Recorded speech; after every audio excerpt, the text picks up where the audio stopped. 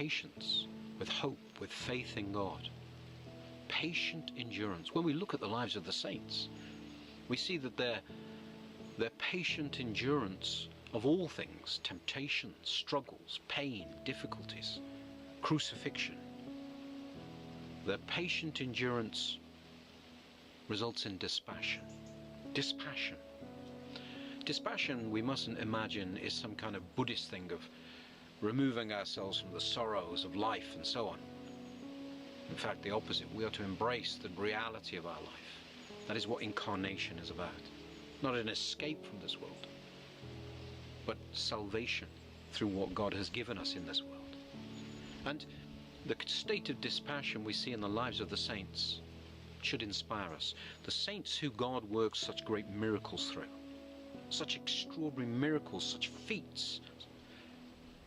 And yet, when these miracles were performed, the saints were not suddenly filled with pride. They recognized the work of God. They continued to think nothing of themselves. And yet, when we compare ourselves and we look at the way we respond, we do something trifling, so small. We manage a small success in our spiritual lives, and we imagine we've done something spectacular.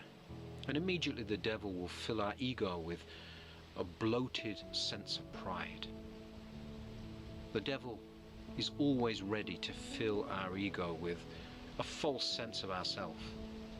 A false sense of ourself that is not just based in pride, but also is a judgment of other people around us.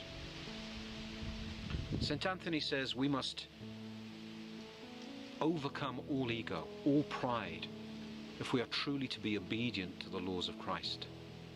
Of course, pride was what brought Satan and the angels in their fall from paradise and heaven. And we can be filled with that same pride that brought down an angel of light.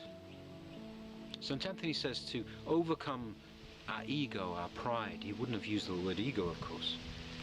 But to overcome our pride, this passion, St. Anthony says we must accuse ourselves.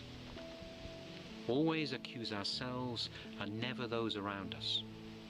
It is the devil who will tell us, you are right. They must apologize. Don't forgive them until they've repented of what they've done to you. Remember their harsh words, their harsh actions. These are the temptations of the devil. There's two things we may say about this. First of all, these temptations, these harsh words, these cruel moments that we experience at the hands of others,